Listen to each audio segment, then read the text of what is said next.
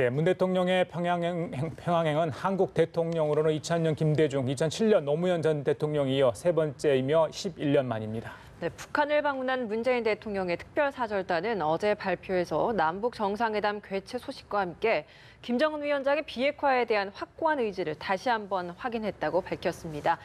오늘 이 시간 정대진 아주대 통일연구소 교수, 김열수 군사문제연구원 안보전략실장과 함께 향후 북미 관계와 3차 남북 정상회담의 과제와 전망까지 살펴보도록 하겠습니다. 네. 어서 오십시오. 네. 안녕하세요. 어서 오십시오. 저희들 두 분 모시고 이 방북 결과를 한번 얘기를 해보자 했는데 모시게 됐습니다. 어제 이제 브리핑 내용 들으셨죠? 네. 네 가지 정도 합의사항 이야기를 했고 뭐 의미 있는 이야기도 있지만 조금 더 부족한 부분도 있다는 게 지금 나오고 있는 것 같습니다. 일단 그 트럼프 대통령이 어떻게 반응할지 일단 트위터를 통해서 어제 답을 일단 했어요. 김정은 위원장의 신뢰 표시에 대해서 일단 그 부분부터 짚어봐야 될 것 같은데 뭐 정 교수께서 먼저 말씀하실래요?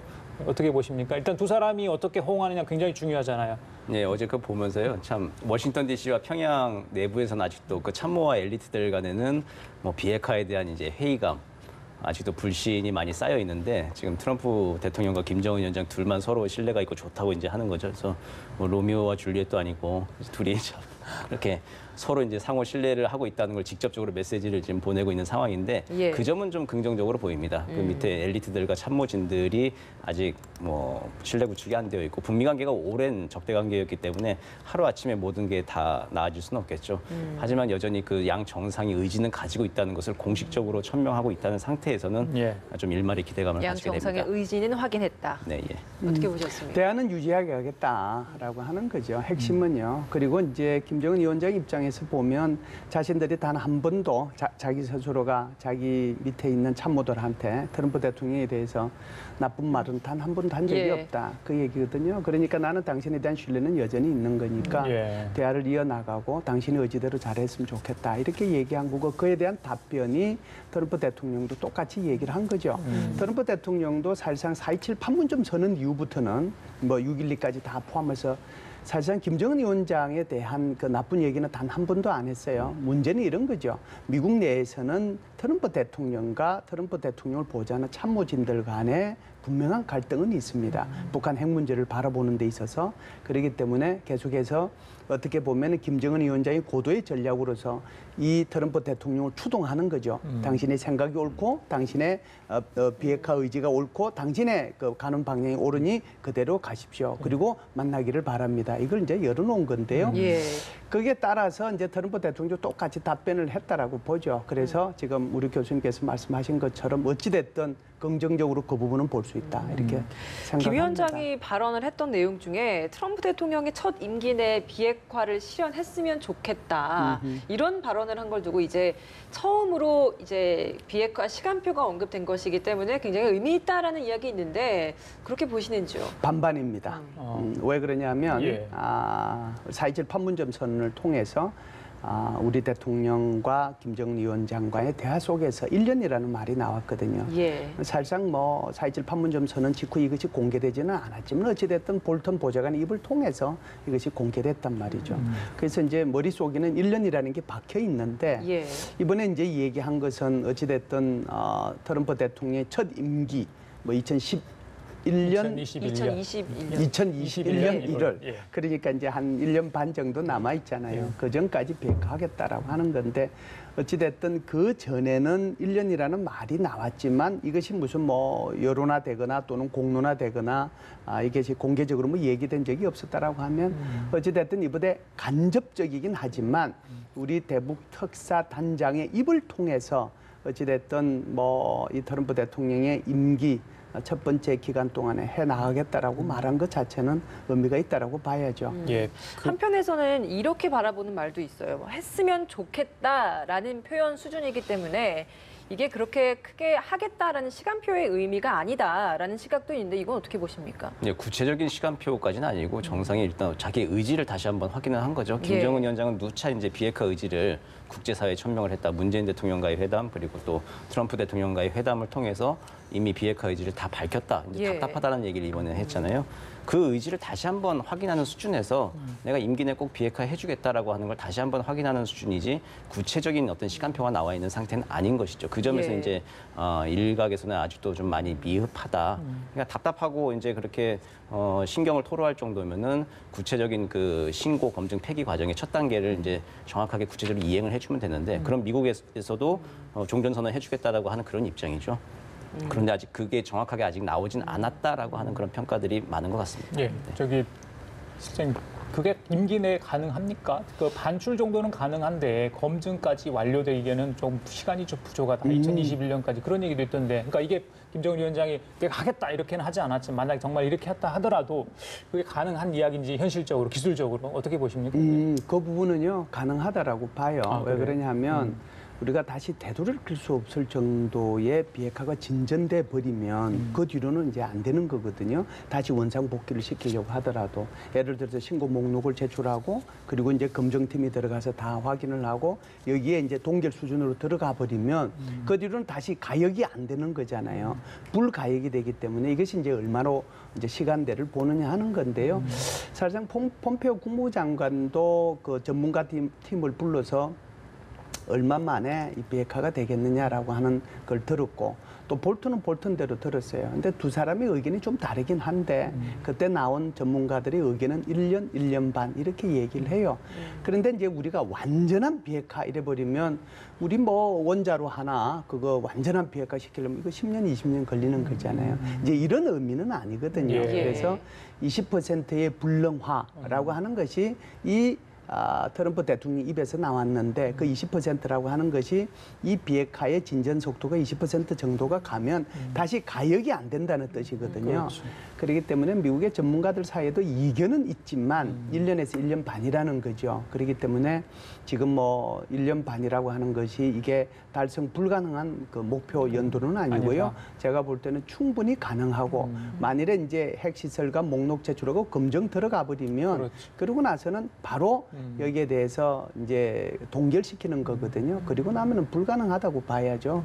그 시점이면은 1년 반이면은 저는 충분하다고 봐요. 단 IAEA 요원들로만 들어가지는 않을 겁니다. 미국이 다른 나라에서 이렇게 비핵화 조치를 할 때도 검증할 때 그렇게 들어갔거든요. 예. 미국 자체만으로도 구성해서 들어가기도 할 텐데 IAEA 요원 전체 다 통틀어 합해봤자 350명에서 400명 정도밖에 안 돼요. 여기에 또 이란에 검증하기 위해서 나가 있는 팀들도 있고 그러면 그 인원 가지고 북한에서 제출해야 될 핵 무기의 그 시설, 그다음에 물질, 무기 그리고 그 미사일 이걸 다 본다라고 하는 것은 거의 불가능하거든요. 검증하러 가고 검증하는 데만 아마 1년 넘게 걸릴 거예요. 그렇다라고 하면 IAEA 요원 그리고 미국, 영국, 프랑스 이런 아마 컨소시엄 형태로 해서 예. 한꺼번에 들어갈 거예요. 예. 그런 차원에서 보면 1년 반은 꿈의 시간이 아니고요. 충분하다 이렇게 봐요.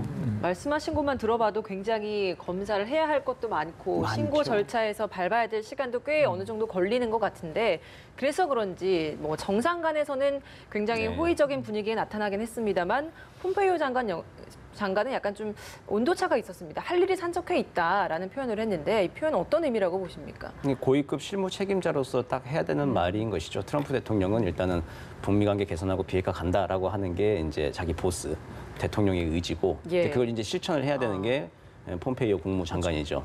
그 입장에서는 근데 아직 할 일은 좀 많은 상황입니다. 워싱턴 DC의 조야에서도 비판론도 많고 그 비판론을 또 반영해가지고 완전한 비핵화라고 하는 것, 납득할 만한 수준의 비핵화를 해야 되기 때문에 그런 차원에서 할 일이 많다는 거죠. 지금 잘 말씀해 주신 대로 예. 엄청나게 긴 여러 가지 복잡한 과정들이 있잖아요. 그걸 이제 압축적으로 해야 되는 그래서 더 할 일이 많은 겁니다. 그러니까 이걸 그 단기 속성, 압축적 비핵화를 지금 해야 하는데 그걸 어떻게 단시간 내에 이뤄낼까라고 하는 게 문제죠. 그러니까 비핵화라고 하는 게 잘 아시겠지만 과학적이고 기술적인 합의가 아니라 사실은 정치적 합의에 가깝죠. 어느 정도 수준까지를 우리가 비핵화라고 하자라고 합의를 하면 되는 것이거든요. 그럼 뭐 지금 고농축 우라늄을 이렇게 농축하는 이렇게 원심 분리기 같은 경우에 북한에 뭐 6,000개에서 한 7,000개, 8,000개까지 있다라고 이제 추산들을 하는데 네. 이란 같은 경우가 19,000개 있을 때 그 미국과 국제사회가 비핵화 합의를 해줬거든요. 그걸 3분의 1 수준으로 이제 줄이는 것으로. 그러니까 어느 정도 수준으로 비핵화 합의를 할 건지 그리고 그 신고와 검증을 어떻게 할 건지에 대해서 이제 정말 협의를 해야 되는 거죠. 북한과. 지금 악마는 디테일에 숨어 있다고 하는데 네. 그 디테일을 그리고 악마와 손을 잡으러 좀 가야 되는 폼페이오 장관 입장에서는 참 할 일이 산적하긴 하겠네요. 예, 그래요. 시장님, 그 어제 특사단의 얘기를 좀 들어보면 네네. 김정은 위원장이 남측에 많은 역할을 기대하고 있다 이런 얘기를 했다고 해요. 그리고 이제 트럼프 대통령은 문재인 대통령의 수석 협상가로서 역할을 좀 바란다 요청까지 하지 않았습니까? 네. 그러다 보니까 3차 남북 정상회담 때 비핵화와 종전선언 네. 관련해서 뭔가 3자가 만족할 만한 뭐가 결과물이 나오지 않을까 이런 기대를 해보는데 네. 어떻게 보십니까? 저는 이제 제일 바람직했던 것은 어제 특사단이 올라갔을 때, 예, 예. 엊그제 올라갔을 때 비핵화 문제에 대해서 뭐 중재안은 분명히 들고 갔을 거예요. 그래서 이 중재안에 대해서 북한이 뭐 긍정적인 신호를 보내고 그리고 나서 뭐 이렇게 폼페이오 국무부 장관이 이제 뭐 다시 4차 방북을 하고 그다음에 이제 남북 정상회담이 이루어지고 이렇게 되면 이게 이제 선순환 과정으로 아주 이제 탄력을 받을 수 있겠구나라고 생각을 했는데 네. 제 예상과 달리 북한이 조금은 이제 이 부분에 대해서는 더 강하게 나온 것 같다는 생각이 들고 오히려 자신들은 선의의 조치들을 여러 가지를 했는데 미국이 여기에 대해서 호응해 주지 않아서 좀 실망스럽다. 그러니 자신들을 대변해서 한국이 좀 역할을 해주시면 좋겠다. 우리 정부한테 책임을 떠맡겼거든요. 근데 미국은 미국대로 또 뭐 칩 니고시에이터라고 표현을 하면서 우리 대통령한테 책임을 그쵸. 떠맡겼잖아요. 그러니까 이제 우리 정부나 우리 대통령 입장에서 뭐 중간에서 굉장히 이제 힘든 상황인데요. 그렇죠. 어찌됐든 엊그제 특사단이 올라갔을 때 뭐 어떤 그 가시적인 성과를 도출한 것이 없기 때문에 결국은 이게 이제 어디로 넘어갔느냐 하면 지금 말씀하신 것처럼 3차 남북 그렇죠. 정상회담으로 넘어갔습니다. 예. 그래서 의제는 의제 이제 정용 실장께서 대충 이제 얘기를 했지만 남북 관계 진전이라든지 평화 체제라든지 그다음에 뭐 군사적인 긴장 완화라든지 이런 것도 있지만 비핵화 문제에 대해서 남북 정상 간에 심도 깊은 논의를 하게 될 거다. 이 단어들이 몇 번에 걸쳐서 나와요. 그렇기 때문에 아무래도 이제 이 18일부터 20일 사이에 있는 남북 정상회담에서 아마 이 비핵화 문제에 대해서 좀 본격적인 논의가 있지 않겠느냐. 결국은 이제 맞바꾸는 수밖에 없어요. 맞바꾸는 것이 이게 뭐 평화선언이든 종전선언이든 북한이 바라는 거 하고 그다음에 미국이 얘기하는 뭐 핵과 관련된 리스트 제출 여기에 대한 건데 이걸 어떤 시점에서 어떤 식으로 맞바꾸게 할 거냐 이 문제거든요. 그래서 서로의 기대치를 좀 낮출 필요는 있다 이렇게 네. 보는 거죠. 그러니까 미국한테도 조금 낮춰달라고 이제 우리 대통령께서 말씀을 하셔야 될 거고 북한한테도 조금 낮추라고 얘기를 해야 될 겁니다. 그렇게 되면 종전선언의 기대치를 종전선언의 내용을 평화선언이든 그 내용을 조금 완화할 수도 있는 거고요. 그다음에 이제 여기 비핵화 목록에 대한 거, 그다음에 타임 테이블에 대한 거, 검증에 대한 걸 한꺼번에 요구하는 것이 아니라 그걸 이제 조금은 이제 북한이 항상 얘기하듯 좀 썰어서 슬라이스 형태로 그렇게 요구하면 전체적으로 수준을 낮출 수 있는 거거든요. 그러면 일단 합의는 가능하지 않겠는가 이렇게 봅니다. 뭐 종전선언이나 핵 리스트 이런 두 가지의 요구 사항을 맞바꾸는 것은 사실 우리 남북 정상회담 간에서 이루어질 수 있는 부분은 아니고 북미 간의 대화에서 이루어져야 되는 거잖아요. 이렇다 보니까 3차 남북 정상회담에서 역할은 중요한데 어느 정도 수준까지의 성과가 가지고 와야 이런 다음 단계까지 나갈 수 있는 좋은 성과를 냈다라고 볼 수 있을까요? 제가 볼 때는요. 이번에 특사단에 올라갈 때 트럼프 대통령이 우리 대통령과 50분간의 전화 통화를 통해서 김정은 위원장한테 메시지를 보냈거든요. 그리고 나서 이제 정용 실장이 김정은 위원장부터 메시지를 받아서 이제 트럼프 대통령한테 결국은 이제 전달했다라고 봐요. 예. 이제 메시지가 뭘 거냐 하는 것이 이제 지금 질문하신 거하고 직접적으로 이제 연관이 되는 건데 예. 아무래도 그것이 이제 비핵화에 대한 진전 문제라든지 그렇지 않으면 두 번째 북미 정상회담과 관련된 얘기일 거다고 저는 생각을 해요. 예. 무슨 말씀을 드리려고 하느냐 하면 이 특사단이 올라갈 때도 한국과 미국 간의 그 긴밀한 공조 속에서 우리가 제안해야 될 내용을 합의를 하고 협의 및 합의를 하고 아마 북한으로 올라갔을 거고요. 우리 대통령께서도 올라가실 때 충분하게 미국과 공조를 거쳐서 그 안을 가지고 가실 거예요. 그렇게 되면 제가 좀 전에도 말씀드렸다시피 미국도 좀 낮춰야 될 필요가 있거든요. 그래서 적어도 종전선언과 비핵화 리스트에 대한 맞교환, 시점, 그다음에 어느 정도의 내용, 뭐 구체적인 내용은 이제 우리가 할 수 있는 건 아니지만 그 정도 가져오면 성공적이지 않겠는가라고 봐요. 그래서 서로가 지금 우리 대통령한테 미국은 미국대로 북한은 북한대로 이렇게 책임을 미루고 있는데 예. 당사자들도 자신들이 양보해야 될 부분은 양보를 해야 되거든요. 그래서 이런 부분들에 대해서 남아있는 기간이 이제 얼마 안 남았기 때문에 우리 정부가 그 사이에 얼마만큼 또 물밑 접촉을 해서 어느 정도 양보를 받아내느냐가 관건이 되겠죠. 예, 교수님 생각 어떠세요? 정의용 실장 이르면 이번 주말 아니면 좀 다음 주 초에는 좀 갈 것 같은데 말씀하신 것처럼 또 어떤 메시지 이거 뭐 저희들이 알 수 없으니까 정의용 실장이 일단 전하고 그다음에 미국 쪽에서 이야기가 나올 것 같은데 어떤 얘기가 오갈까요? 아무래도 이제 직접 이제 얘기를 듣고 온 사람이잖아요, 정영희 실장이. 예. 그래서 이제 어떤 분위기들을 이제 전달을 하고 하는데 이제 결국은 수석 협상가 역할을 맡았다고 하지만 어쨌든 협상가이죠. 그러니까 중간에 지금 어떤 외주를 맡아서 양 당사자를 이어주고 있는 상황인 것 같은데 트럼프 대통령 입장에서는 이제 이런 것이죠. 뭐 이게 강 건너 불구경이 아니라 이제 진짜 바다 건너 불구경 하듯이 이제 어떤 이렇게 뭐 폼페이오 방북 취소하고 하면서 폭탄을 좀 던져놓은 상태인데. 다행인 것은 이제 그 싸움을 붙이는 게 아니라 흥정을 붙이는 이제 불구경이라고 하는 게 이제 다행인 것이죠. 그래서 흥정을 붙여서 결국 남북이 이렇게 특사 교환을 하고 어쨌든 그 이후에 또 이제 그 특사 만나고 김정은 위원장을 만나고 온 특사가 또 이제 미국으로 가서 메시지 전달할 건데 그런 걸 통해서 북미 대화의 의지를 이제 확인하는 과정. 이제 그게 중요할 것이고 이렇게 종전 선언에 있어서 말씀하신 대로 어느 수준의 종전 선언을 할 것인가라고 하는 게 핵심일 겁니다.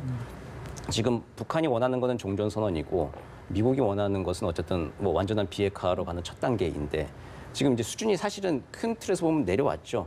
이게 종전 선언과 이렇게 원래는 종전 선언이 이제 어느 정도 비핵화 단계가 온 다음에 이제 잔치로 해야 될 퍼포먼스일 텐데 지금 초입 단계에서 논의가 되는 수준으로 그렇죠. 어떻게 보면 북한이 원하는 수준으로 지금 들어온 겁니다.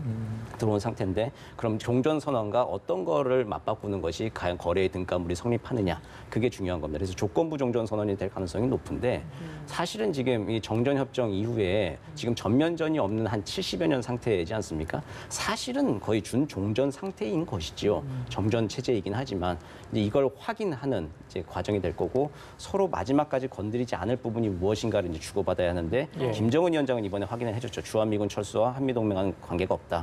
그럼 한미 측에서는 뭘 해줘야 되느냐라고 하는 게 이제 체제 보장인 안전 보장인 것이죠. 그걸 어떻게 표현할 것인가라고 하는 이제 논의 주제를 놓고. 한미 간에 또 북미 간에 또 얘기들이 계속 오고 올 것으로 보이고 있습니다. 조건부 종전 선언이라고 한다면 일정 부분 이 종전 선언에서 어떤 조건을 달아놓고 그게 이행되지 않을 시에는 다시 이 종전 선언의 뭐 효력이라고 할까요? 이런 정치적 의미가 없어진다라고 봐야 된다라고 보면 되는 그런 거 하나 하고 지금 말씀드린 조건이라고 하는 이렇게 양보할 수 없는 마지막 조건들은 걸어놓은 상태. 그러니까 주한미군 철수 문제, 한미동맹 문제는 건드리지 않는다. 그리고 김정은 정권에 대한 인위적인 정권 교체는 추진하지 않는다라는 내용이 외교적 수사로 예컨대 상호 체제 존중과 현존하는 안보 질서를 존중한다라는 뭐 그런 외교적 수사로 들어간다든지 하는 그런 수준에 대해서 합의가 되어야지 이제 종전 선언을 하자. 그리고 그에 맞춰서 북한은 이제 비핵화 첫 단계 신고를 하겠다. 뭐 이제 그런 이야기들이 본격적으로 오고 갈 것으로 보입니다. 예. 그 시장님 이제 문재인 대통령의 평양 방문 일정이 확정이 됐죠. 네. 9월 18일부터 2박 3일간 있습니다. 평양에서 하는 남북 정상회담이 이번 세 번째입니다. 11년 만에 이루어지는 남북 정상회담. 글쎄요, 과거 물론 다릅니다. 이번 남북 정상회담은 어떤 의미가 있는지 그 부분 한번 좀 짧게 부탁드리겠습니다. 예, 지금 문재인 정부 들어서서 지금 뭐 1년 반도 안 됐잖아요. 1년 반 안 됐는데 벌써 세 번째 남북 정상회담 하고 있거든요. 제가 볼 때는 우리 대통령께서 가지고 있는 분명한 자기 철학은 있는 것 같아요. 어찌됐든 이 남북 관계라고 하는 거 이제 이 단절되고 이 냉전적인 이거 끝내야 된다라고 하는 생각은 변함이 없는 것 같아요. 그렇기 때문에 이 짧은 시간 동안에 올해만이잖아요. 4월 27일, 5월 26일 그리고 10월 18일이니까 한 해에 3번의 정상회담을 한다는 건 참 드문 일이죠. 뭐 아마 동서고금을 통해서 드문 일일 겁니다. 제가 볼 때는 의제도 중요해요. 의제도 중요하지만 이 만남이라는 이 자체가 굉장히 중요하지 만남 않나라고 자체가 생각하는 의미가 거고요. 대통령께서 가지고 계시고 있는 철학 이거 이제 우리 끝내자. 그리고 이 진전 속도를 빨리 좀 진전을 시켜서 불가역적이 되게 하자라고 생각하는 거거든요. 제가 전체적인 철학에는 동의합니다. 단 비핵화하고 좀 같이 갔으면 좋겠다라고 생각을 해요. 알겠습니다. 그렇다 보니까 이제 지난 1, 2차 평양 남북 정상회담이 어떻게 열렸는지도 관심인데 네네. 그 부분을 좀 참고를 할 것 같아요. 일정, 의전, 뭐 방북단 규모 여러 가지 좀 저희들이 봐야 될 부분이 많은데 교수님 어떠세요? 뭘 저희들이 좀 관심을 갖고 볼 만한 게 물론 의제도 중요합니다만은 그 외의 것도 지금 한참 이제 시간이 얼마 남지 않았습니다. 준비에 들어갔다는 얘기도 지금 들립니다만.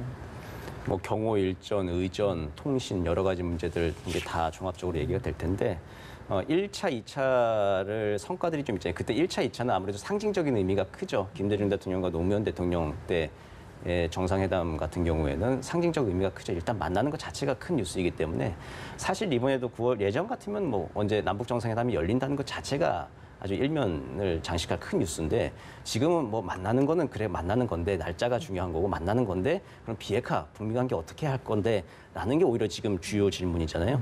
저희가 지금 국면에서는 그게 중요한 것처럼 보이지만 큰 틀에서 보면은 남북 관계가 그만큼 많이 진전돼 있고 성숙돼 있다는 것이죠. 이제 만나는 건 당연한 걸로 생각을 하고 있죠.